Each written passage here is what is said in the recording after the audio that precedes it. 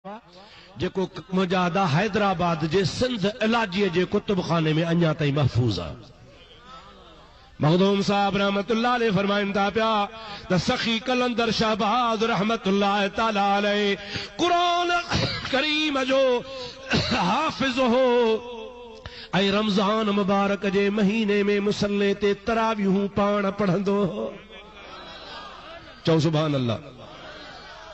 तहज्जुद गुज़ार हो, नूरानी हुन जी सूरत ही मथे ते मुहजादा दस्तार बधंदो हो, नबी करीम वारी सूरत शक्ल वारी बनाईंदो हो, सुन्नत मुताबिक शरीयत जो पाबंद हो। अलबत एतिरो हो तो हुन शादी कान कई ही। हिन सिंध में जॾहिं आयो आहे त 86 साल हुन जी उम्र आहे। चओ सुभान अल्लाह। ॾाढे चओ सुभान अल्लाह। काथों पे आयो? सिंधु दरिया मां बेड़ीअ ते अॻिते पे वियो। जमल मुजादा सेवण शरीफ़ खां अॻिते बेड़ी रवानी थी आहे। लकी शाह सदर जे साम्हूं आई आहे। अल्लाह जो कामिल वली हज़रत शाह सदरुद्दीन रहमतुल्लाह ताला अलैह जेको 30 सालन खां वठी करे गार में वेठो हो, उन जी रूहानी नज़र ॾिठो हिकिड़ो जवान वञे थो। अल्लाह जे वली पंहिंजे करामत जे ज़ोर ते ॿेड़ीअ खे दरिया मां छिके अची कपर सां लॻायो। मलाह वस कया पर ॿेड़ी चुरे ई न। कलंदर साईं खिली ॾिनो। ओ मलाह जे जीउ साईं बेड़ी कान हलंदी। साईं छो न हलंदी? मां 7 पीढ़ो मुहाणो आहियां, 7 पीढ़ो मलाह आहियां। मां बेड़ी खे जो तो हुन कुन मां कढां। कलंदर शहबाज फरमाए थो तुंहिंजे पीउ खे भी ताक़त नाहे।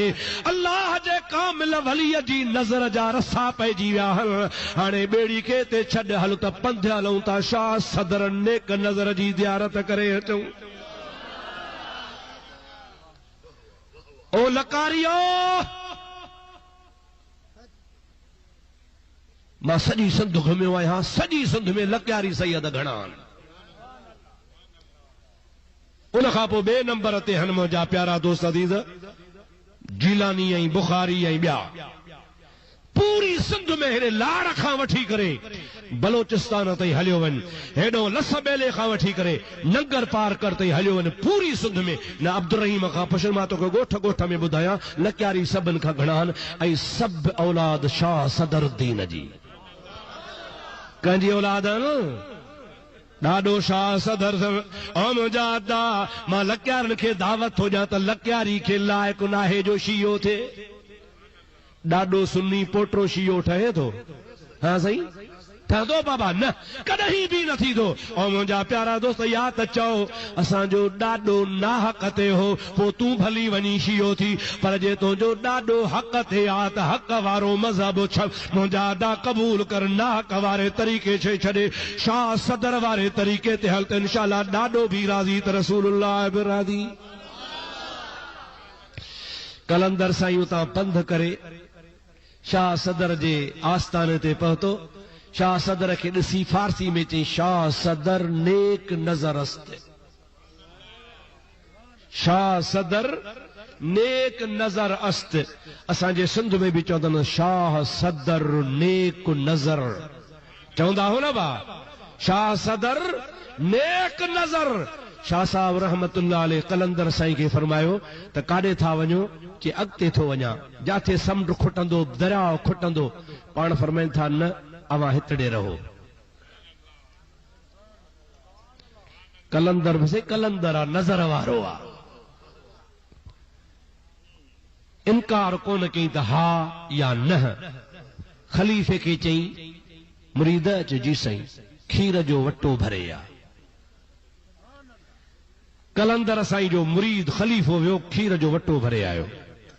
खीर जो वटो भरे साईं शाह सदर खे इशारो कई, गुझारत ॾिनई। गुझारत छा ॾिनई अदा?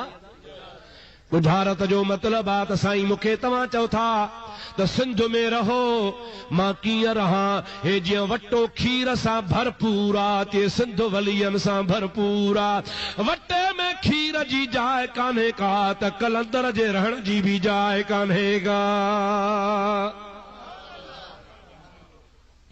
गुझारत ॾिनई। शाह सदर रहमतुल्लाह अलैह चो जे तो गुजारत करनी आ त मां भी गुजारत तो जाए। शाह सदर रहमतुल्लाह अलैह जे आस्थाने ते गुलाब जो गुल बीठो हो, हिकड़ो गुल पटे उन खीर जे मथा जो विधई त गुल तरे पियो। गुजारत नहीं त भली वटो भरियल हुजे पर गुल तरे थो, भली सिंध भरियल हुजे पर कलंदर सिंध में तरंदे।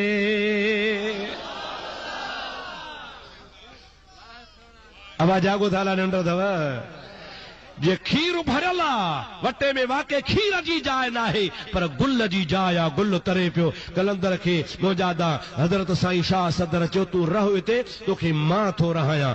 कलंदर शहबाज जे रहियो आ त बि शाह सदर जे आर्डर सां रहियो आ। सभु को चवंदो आहे न त खट्टी कलंदर खट्टी शाह सदर जी खाए पियो कलंदर। अब अॼु ताईं पहाको सिंध में मशहूर आहे खट्टी खट्टी शाह सदर जी खाए कलंदर पियो। यानी कमाई हकीकत में शाह सदर रहमतुल्लाह अलैह जी आ। शाह साहब जॾहिं शाह कलंदर खे रहायो चईसे मां 86 साल जो पोढ़ो आहियां, मूंखे न का ज़ाल न का धीअ न को उआ न को बुआ, मां सतो जतो आहियां, मां कीअं रहां। हज़रत शाह सदर रहमतुल्लाह अलैह फरमाइनि था ओ कलंदर मां पंहिंजो वॾो पुटु तुंहिंजे ख़िदमत में ॾियां थो, सारी ज़िंदगी मुंहिंजो पुटु तुंहिंजी ख़िदमत कंदो। शाह सदर रहमतुल्लाह अलैह पंहिंजो वॾो फर्ज़ंद कलंदर साईं जे ख़िदमत में छॾियो आहे। 6 साल रुॻा उन खां पोइ कलंदर जहिड़ो रहियो आहे। 6 साल खां पोइ जहान छॾे थो पियो। अॼु जेके कलंदर जा गादी नशीन आहिनि, ख़ुदा जो कसम आहे शाह सदर जे औलाद मां हलंदा चल। जमल कलंदर साईं जो विसाल थो थिए त महिल वसियत कई त मुंहिंजी हीअ जेका उघड़ा शादी मूं कान कई आहे, ज़ाल ई कान ॾिठी आहे, तंहिंजे करे तड़ो ॾिजो शरा मुहम्मदी मुताबिक़, पर मुंहिंजा कपिड़ा न लाहिजो, मूंखे लॼी न कजो। कपिड़नि जे मथां मौलवी खे वठी आया हज़रत कलंदर शहबाज रहमतुल्लाह अलैह खे गुस्ल जे लाइ तख़्ते ते सुम्हारियईं। मौलवीअ खे ॿुधायो त साईं झलियो आहे त कपिड़ा न लाहिजो, पर मुल्ला ज़िद कयो, चई न बाबा कपिड़ा लहंदा, भली लाइ। हिकिड़ो कपिड़ो लाथई त ॿियो पियो आहे, ॿियो लाथई त टियों पियो आहे, टियों लाथई त चौथो पियो आहे, चौथो लाथई त पंजो पियो आहे। कपिड़ा लहंदा विया, मुल्ला बि ज़िद कोन छॾियो। 72 कपिड़ा जमल लथा, मुल्ला मुड़ियो कोन, 3 हथरे में हथ विझई। कलंदर साईं तख़्त ते सुतो पियो आहे, तख़्ते ते कफन मुजादा गुस्ल वारे तख़्ते ते गुज़ारे वियो आहे। जमल 72 खां पोइ 3 हथरे में हथ विधई त महिल कलंदर अखियूं पटे चवे थो अया मुल्ला मकुल ज़ाहिर सरे असरार मर्दारा न मैदानी न दानस्ती के सिर्रुल्लाह बुदस्तम। ओ मौलवी मुझे राज के ज़ाहिर न कर, तोखे ख़बर न आहे मां अल्लाह जे गुझ मां हिकिड़ो गुझो गुझो आहियां। मना दुर्रम के दर बहरे जलालुल्लाह बुदस्तम बकोहे तूर बा मूसा कलीमुल्लाह बुदस्तम। जेको अल्लाह जे फैज़ जो बहरा, उन अल्लाह जे फैज़ जे बहर जो मां कलंदर हिकिड़ो मोती आहियां। ओ मुल्ला तोखे ख़बर नाहे जॾहिं कोह तूर ते मूसा रब सां कलाम पे कयो त मां कलंदर पासे में बीठो हुयो सां।